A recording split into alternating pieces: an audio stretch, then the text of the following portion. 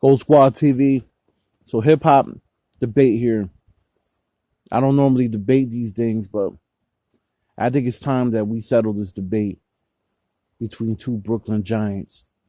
And I'm going to start by saying that I'm probably going to get a lot of dislike from this, but I really don't care. And let me say a disclaimer too before anything. I love Reasonable Doubt. Love that album, but that's the only project I really feel from Jay-Z. To be honest with you, from track one to the last track, that's the only album I feel from Jay-Z. Don't care if anybody has a problem with it. It's what it is. Notorious B.I.G., a.k.a. Biggie Smalls, and Jay-Z had a song called Brooklyn's Finest, Reasonable Doubt. Now, Biggie had his verse wrote apparently 2 months prior to the song being done. Jay-Z went in there and basically knocked out what he needed to knock out the very day he was there. So apparently, according to and don't quote me, but according to Clark Kent, the legendary Clark Kent, he basically said that Jay had a better verse and he was a better MC than Biggie. He said that Biggie's the greatest rapper he ever heard, but Jay-Z's the greatest lyricist he ever heard, greatest MC he ever heard. That is by far the most nut-hugging, trying to keep political correctness and trying to keep both sides happy BS I've ever seen. Joe Budden on his podcast, tentatively, outside of jokes, I really don't like when they start getting into serious situations like this when it comes down to debate. They debated this as well. You know, they're all pro Hove. They're all pro Jay-Z. They're all pro Jay-Z. They think Jay's the better rapper. Now, it's easy for people to sit there and say otherwise, right? Say that Jay's the better MC, the better rapper, had a longer career. But let's just keep it in time capsule here. Big had Ready to Die and Life After Death. Those two albums, for my money, are two top-notch albums. Jay don't got those two albums in this category, in my opinion. Jay has Reasonable Doubt and maybe The Blueprint. And the rest of the albums to me are okay, but they're not, for my taste, they're not necessarily I never jumped off the roof for Jay-Z like that. Like a lot of people tend to, they like to quote a lot of Jay rhymes like Jay's the greatest rapper of all time, which I give you he's the greatest business exec of all time. For some strange reason, I feel like people give Jay-Z this greatest rapper of all time moniker because he's an incredible businessman and he occasionally raps whenever he wants. Can't give him that. Can't give him that because I'm going to tell you why I can't give him that before I get back to this Biggie debate. I can't give Jay that because what you did in the political world, when you did in the business world, what you did with business, that's great. That's fine. You're the top dog in that. You put a lot of people in really comfortable situations. Totally understand that. But just strictly on ability and music, I can't put you ahead of some of the legends that I feel are ahead of you. And a lot of people will give me flack for that. And that's fine. You're going to tell me, well, Jay-Z made the most impact. You crazy. Rakim don't got this. G.o.a.t don't got that. King don't got this. Biggie don't got this. I don't judge. I don't even like the idea or term of calling a rapper the greatest of all time because every hip hop artist known to man that's actually got skill has made an incredible contribution to this game in ways that money cannot buy, in ways that status does not buy. including Jay. But back to the Biggie debate before I get back any further to that. I feel when Biggie was alive, he was a better MC, the better rapper. I don't even. Jay had a longer long stay because Jay had been rapping since 88, 89 when he was with Jazzo. But Biggie was just a better rapper than me. He just spoke to me more.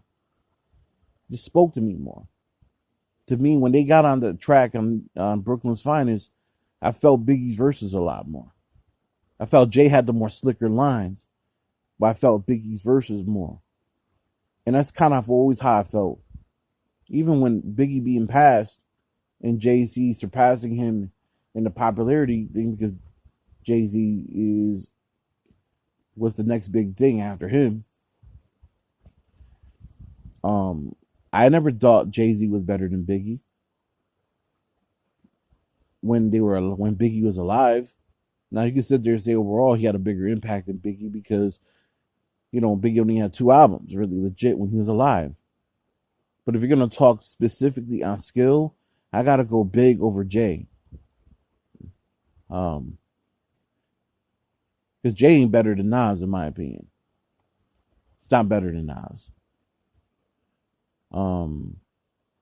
And I don't think he's better than Biggie. I would put him in a spot under Big. But that said, that's just my opinion on Biggie and Jay. Now, my opinion on Jay-Z, I'm not going to deny what he's done in the business game. I'm not going to deny what he's done to change the game for a lot of artists that are coming up to this day. But people overhype his verses. Somebody tried to say that song he had with Rick Ross and Meek, that his verse was verse of the year that year. I'm like, didn't you guys hear anything Benny the Butcher spit that year? Didn't you hear anything anyone spit in the underground that was way better than Jay that probably didn't get the light because they don't really follow the industry rules?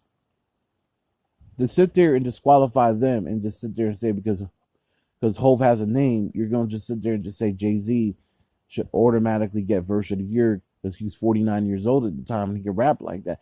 I have news for you. I know a lot of rappers are in their 50s got rap and out-rap him. Or the age group before him in his hip-hop shit. That have been mad lyrical and mad dope and dropped verses of the year many times more than he has. Jay gets his pass because he gets his certain popularity and he just jumps in and out the booth whenever he feels like it.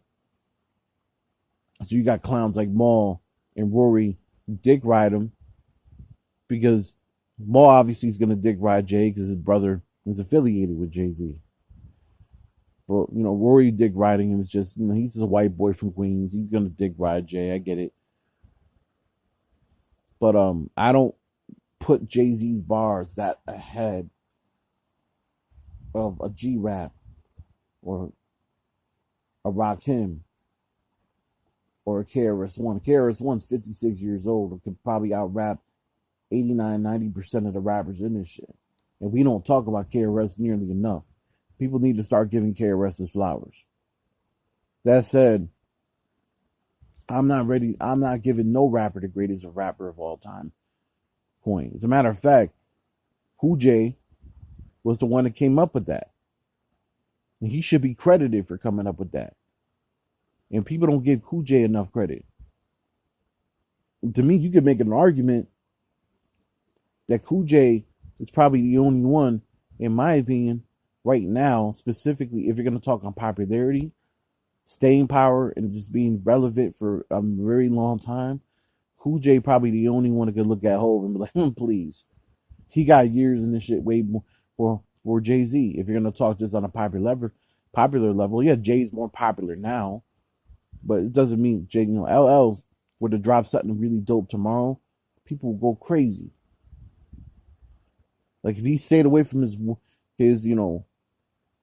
chick bag for a minute and just dropped a hardcore lyrical album, he would murder it. Maul was over here disrespecting L, saying that L at 3 years old ain't better, he ain't a dope MC. And I'm like, L was doing double entendres and spitting bars like that back in the 80s. A lot of these rappers' styles wouldn't be where they are if it wasn't for L.